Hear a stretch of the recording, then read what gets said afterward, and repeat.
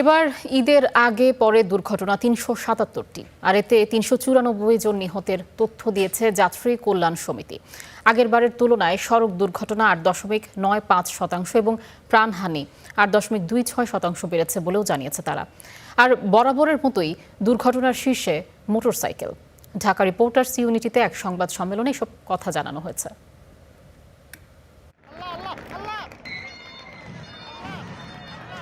এবার ঈদের আগে পরে দুই ধাপেই সড়ক, রেল ও নৌপথে বেড়েছে দুর্ঘটনা, প্রাণহানি।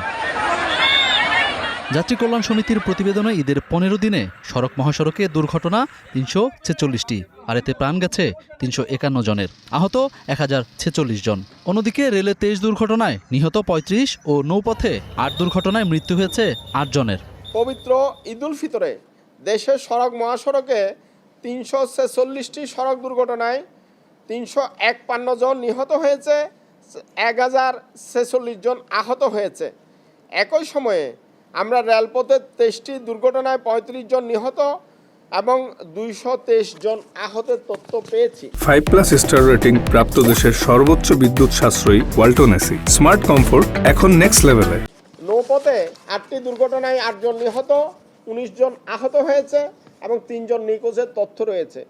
আর এসব দুর্ঘটনার কারণ হিসেবে অদক্ষ চালক, ফিটনেসহীন গাড়ি ও অতিরিক্ত যাত্রী বহনের কথা বলছে তারা। ঈদের সময় চালকদের বিরামহীন গাড়ি চালানোর বন্ধের তাগিদও দেওয়া হয়েছে।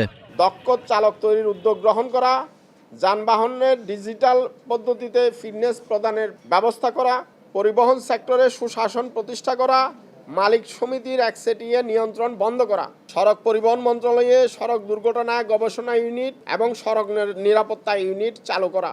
এবারের ঈদে বাস মালিক সমিতি ও শ্রমিক ফেডারেশনের কারণে ভাড়ায় নৈরাজ্য ও বিশৃঙ্খলা আগের দুই ঈদের চেয়ে বেড়েছে বলেও অভিযোগ করে যাত্রী কল্যাণ সমিতি। আহমেদ রবি, স্টার নিউজ, ঢাকা।